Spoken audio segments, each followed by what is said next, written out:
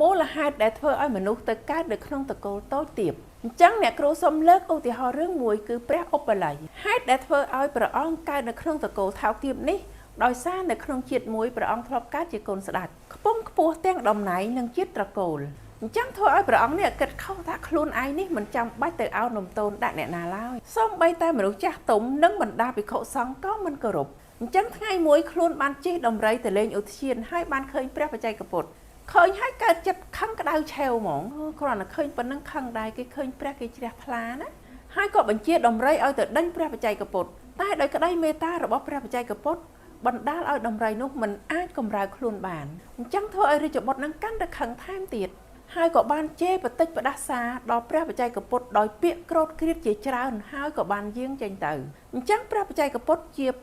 អ្នកបរិសុទ្ធដោយសិលអញ្ចឹងការទៅជេរបតិចព្រះបច្ចេកពុទ្ធនេះគឺជាការសាងបាបយ៉ាងធ្ងន់ធ្ងរអញ្ចឹងធ្វើឲ្យរាជបុត្រនឹងមានការកុហលកាហាយក្នុងទ្រូងដូចមានភ្លើងមកដុតទ្រាំមិនបានបញ្ញាប់ត្រឡប់ទៅរាជវាំងវិញភ្លាមហើយក៏បានទូលរឿងរ៉ាវទាំងអស់ប្រាប់ព្រះបិតាឲ្យបានស្ដាប់បិតាឆ្លើយថាចាប់ឲ្យបុត្របញ្ញាប់ទៅខមាទោសព្រះបច្ចេកពុទ្ធវិញទៅអញ្ចឹងសំណាងហើយដោយព្រះរាជបុត្រនឹងដាក់មីនាសចុះឲ្យព្រមធ្វើតាមហើយក៏បានទៅសុំខមាទោសព្រះបច្ចេកពុទ្ធអង្គនោះអញ្ចឹងព្រះបច្ចេកពុទ្ធក៏លើកលែងទោសឲ្យហើយព្រះរាជបុត្រក៏សប្បាយចិត្តឡើងវិញអញ្ចឹងដោយបុព្វកម្មនេះធ្វើឲ្យព្រះឧបល័យមកកើតក្នុងតកូលក្រីក្រហើយថោកទាបយ៉ាងនេះឯងអញ្ចឹងការដែលមនុស្សយើងមានចិត្តប្រហើនកោងកាចមិនគោរពចាស់ទុំក៏ជាហេតុធ្វើឲ្យទៅកើតនៅក្នុងតកូលថោកទាបបានណាអូខេ